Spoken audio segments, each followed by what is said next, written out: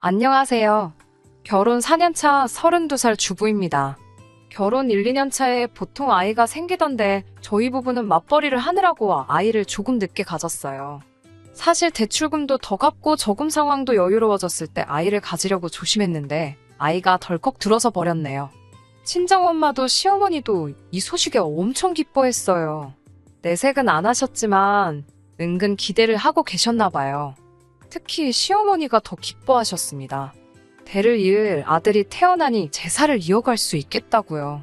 제사 이야기가 나와서 말인데 원래 시댁은 결혼 전에는 제사를 따로 지내지 않았어요.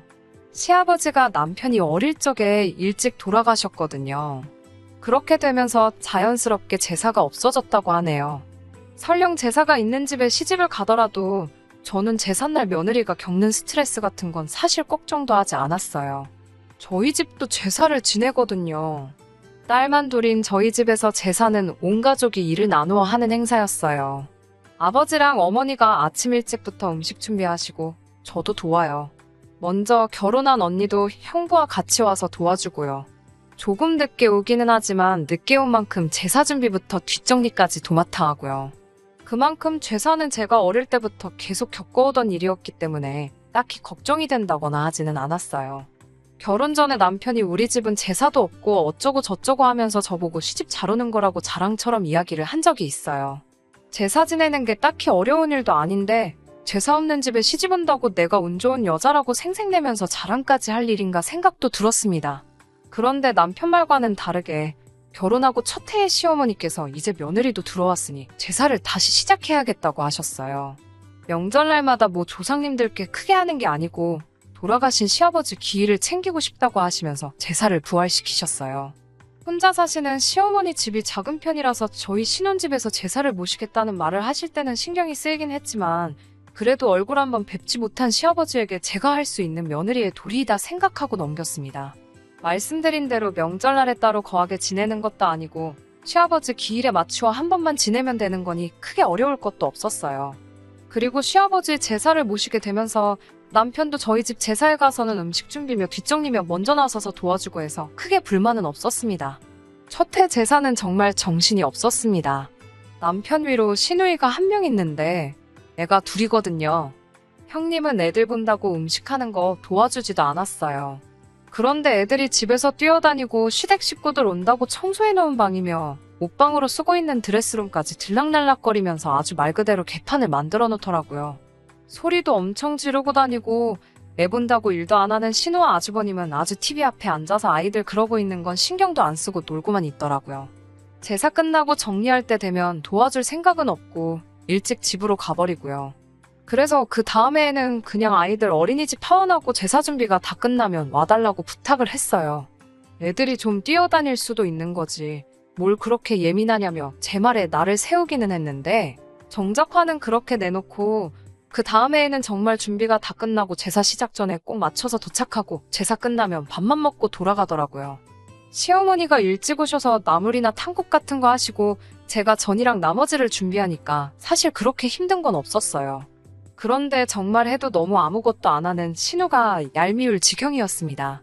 저는 한 번도 뵌 적 없는 자기 아버지의 제사를 지내는데 암만 시어머니와 제가 준비를 도맡아 전부 다 한다지만 와서 과일 하나라도 깎아줄까 물어보는 것도 힘든 건지 정말 아무짝에도 도움 하나 되지 않고 손도 까딱하지 않았어요. 그래도 꼭 참고 결혼하면서 4년간 시아버지 제사가 아니더라도 살아계셨다면 아마 내가 생신상을 준비해드렸겠지 생각해오며 불만 한 번 가지지 않고 오히려 시어머니가 차리라고 한 것들보다 더 많은 음식들 준비해서 정성껏 모셨어요. 그런데 이 제사 때문에 시어머니와 신우가 저를 서운하게 하네요. 앞서 말씀드렸다시피 몇 달 뒤면 첫째 아이 출산 예정일입니다. 거기에 더불어 제 출산 예정일에서 한 달쯤 지나면 시아버지 제사가 있어요. 지난 구정에 시어머니 집에 모두 모여서 식사를 했습니다. 모처럼 자기 시댁에 가지 않은 신우도 아주버님과 함께 와 있었고요. 만사까지는 아니지만 아이를 가진 몸으로 저는 음식 준비를 했습니다. 신우는 역시 손 하나 까딱하지 않았고요. 신우도 이 집에서야 딸이지 자기 시댁에 가면 며느리가 겪는 고충 충분히 이해할 텐데 정말 아무것도 안 하는 모습에 열이 받기는 했지만 그래, 엄마 집에 와서 마음이라도 편해야지 하면서 최대한 이해하려고 했습니다. 저도 친정에 돌아가면 남편 사위 노릇 시키며 푹 쉴 생각이에요. 음식 준비가 끝나고 저녁상을 차리는데도 신우는 방에 낮잠 자러 들어가 놓고 나오질 않고 있더라고요. 수저 꺼내주는 것만 도와줘도 좋으련만 낮잠을 얼마나 깊게 들었는지 제가 몸소 깨우러 가기까지 해야 했습니다. 잠투정을 부리며 끝끝내 나오지 않더군요. 저도 굳이 신우밥을 제가 먹여야 하는 의무가 있는 건 아니니 몇 번 깨우다 말고 그냥 말았습니다. 한참 식사를 하고 있으니 그제서야 배가 고팠는지 슬슬 기어 나오더라고요. 시어머니는 신우 먹으라고 떠놓은 국이 식었으니 토렴해서 새로 떠오라고 저한테 시키더라고요. 시댁에서 시집살이 하는 거 당연한 건 아니지만 어느 정도 감수는 하고 있었으니 아무렇지도 않았습니다. 그런데 저를 정작 서운하게 한 건 하루 종일 집안일 한 것도 아니었고 신우의 잔심부름까지 전부 저에게 시킨 게 아니었습니다. 시어머니께서는 올해는 제사를 지내지 말자는 말을 꺼내시더라고요. 제사를 안 하는데 제가 왜 서운했어야 하는가 생각하시는 분들도 계실 거라고 생각합니다. 그건 제사를 지내지 말자는 말이 나오고 나서 이어진 말들 때문에 그랬습니다. 제사를 안 지내자고 하신 이유가 참 어이가 없었어요. 저의 출산 예정일을 물어보시고는 시어머니께서 그걸 이유로 올해는 일할 사람이 없으니 제사를 지내지 말자고 하시네요.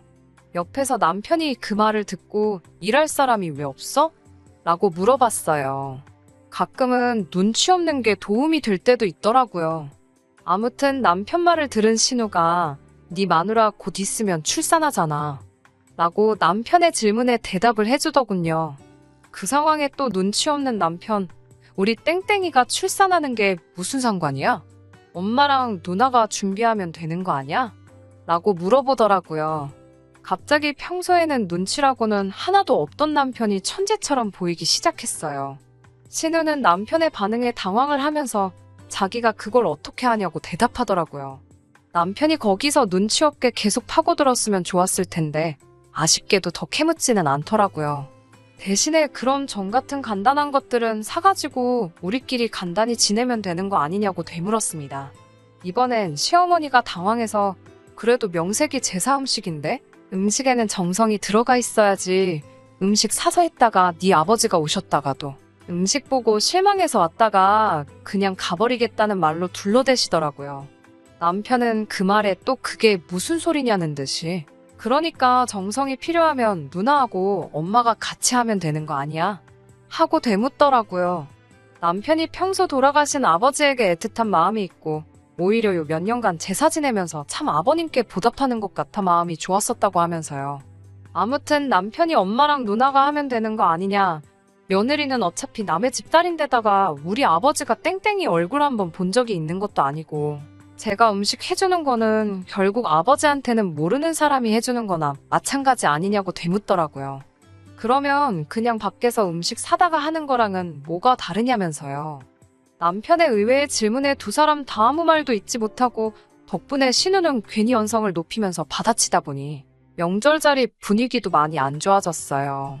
시어머니께서 상황을 수습하신다고 됐다고 싸우지들 말고 올해는 그냥 제사가 없는 걸로 하자고 하더라고요. 그날 집에 돌아가는 길에 남편이 자기 어땠냐고 물어보더라고요.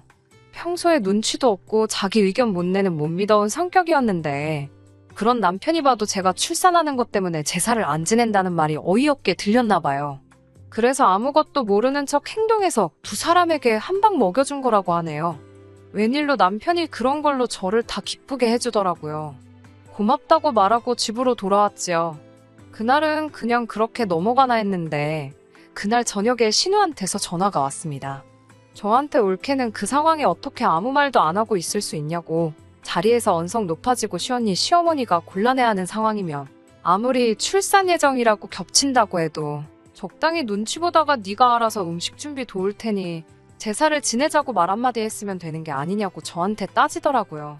너 때문에 시아버지 제사를 못 모시게 된 거나 다를 바가 없는데 어쩜 그 상황에 미안한 기색도 없이 말 한마디 안 하고 똥 씹은 표정으로 가만히 상황만 지켜볼 수 있느냐고요. 이미 시어머니께서 일할 사람이 없어서 제사를 지내지 말자는 말을 꺼내셨을 때 일할 사람이 없다는 말이 저를 지칭하고 하신 말인 걸 눈치를 채버려서 그때부터 저도 표정 관리를 제대로 못했거든요. 원래 시댁 재산은 며느리가 챙기는 거 몰랐어 라고 하면서 제가 며느리로서 당연히 해야 할 의무를 안 하는 거라는 식으로 말을 하더라고요. 더 늦기 전에 시어머니께 전화드려서 그냥 제사 음식 준비하겠다고 말씀을 드리라는 식으로 강요를 했습니다. 솔직히 너무 억울하고 화가 났는데 옆에서 신우랑 대화하는 걸 지켜보던 남편이 자기한테 다 생각이 있다고 자기만 믿으라고 하더라고요. 그러고 나서 남편이 전화기를 들어 전화를 건 곳은 신우의 시어머니였습니다. 원래 어려서부터 신우와 아주버님, 남편 이렇게 셋이 한 동네에서 같이 자라왔고 명문대를 나오신 신우의 시어머니는 세 사람을 공부도 봐주며 저희 시어머니와도 가까이 지내셨다 하더라고요. 남편도 그래서 잘 알고 지내던 사이였고요. 거기에 또 배우신 분이라고 우리 시어머니께서는 사돈관계가 되기 전부터도 신우의 시어머니 말이라면 무조건 전적으로 따랐다고 합니다. 애초에 시어머니가 시아버지 돌아가시고부터 제사를 안 지내기 시작한 것도 신우의 시어머니가 그 집에 제사를 없앤 모습을 보고 우리 시어머니도 따라서 없애신 거라고 남편이 설명해 주더라고요.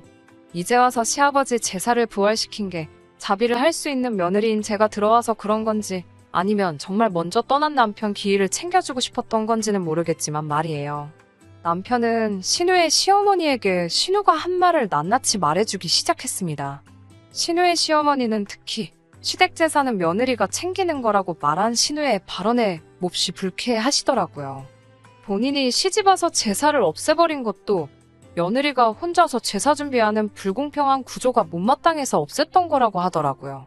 신우는 시어머니 잘 만난 덕분에 원래였다면 1년에 총 19번의 제사를 모셨어야 했는데 시어머니 댁에서부터 그걸 끊어버린 덕분에 1년에 딱 한 번 추석에 조상님께 간단하게 차례드리는 것 말고는 아무것도 하지 않을 수 있던 거였죠. 차례상마저도 대추와 곶감 같은 과일 몇 개, 어포나 육포 하나만 내서 간소하게 차린다고 합니다. 이미 신우가 시집가기 전에 없어진 제사이니 신우는 이 사실을 알지도 못했어요. 아무튼 신우의 시어머니는 남편의 이야기가 끝나자마자 신우를 호출하더라고요. 얼마 지나지 않아 신우가 도착을 하니 거실에 앉아있던 저를 보고 제가 여기 왜 있지? 하는 반응을 보였어요.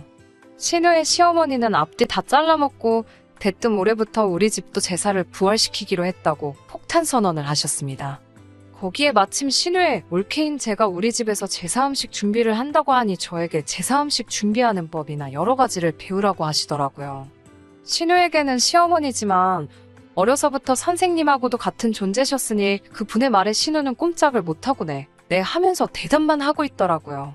시댁 재산은 며느리가 챙기는 거 알고 있지? 잘 부탁한다. 라고 말씀하시고 본가에서는 원래 1년에 총 19번의 제사를 지냈다는 사실을 말해주셨어요. 19번이라는 말에 신우 얼굴이 새하얗게 질리다 못해 새파랗게 변하더라고요. 그 상황에서 이 사건의 중심에 저와 남편이 꾸민 일이라는 걸 눈치를 챘을 텐데도 어려워하는 시어머니 앞이니 뭐라고 말도 못하고 씩씩대고만 있을 수밖에 없는 거죠. 신우의 시어머니는 이어서 곧바로 우리 시어머니한테 전화를 거셨어요. 그리고 마치 누이 동생에게 잔소리하듯이 한마디 하시더라고요. 신우의 시어머니 말씀이 아직도 기억에 남네요. 조상 잘 만나서 조상 덕 좀 본 후손들은 제사는 대충 지내고 어디 다 놀러가고 없다고요. 내가 조상 덕 본 것도 없는데 음식 상에다 대고 절한다고 나아지는 것도 없고 괜히 뒷정리하면서 서운하기만 하지 않냐고. 제사가 나쁜 건 아니지만 허례허식 할 필요 없고 조상을 기리는 그 마음만 진실되면 되는 것 아니냐라고 하셨습니다. 시어머니와 신우는 꼼짝없이 아무 말도 못하고 있다가 그날의 일에 대해 저에게 사과를 해왔어요. 특히 신우가 말을 심하게 해서 미안하다고 말하는데 왠지 기분이 좋더라고요. 저도 시어머니께 출산이라고 겹치더라도 아버님 기일에 빠지지 않고 저도 도울 수 있을 만큼 도와드리겠다 약속도 했습니다. 그렇게 저희 집 제사소동은 의외의 인물의 개입으로 끝나버리고 말았어요. 남편이 솔직히 못 믿어왔고 결혼 전부터 보여준 엉성한 모습 때문에 혹시나 이런 식의 비슷한 일이 생길 때 저를 위해 목소리를 내준다거나 맞서 싸워줄 거라고는 솔직히 큰 기대도 하지 않았습니다.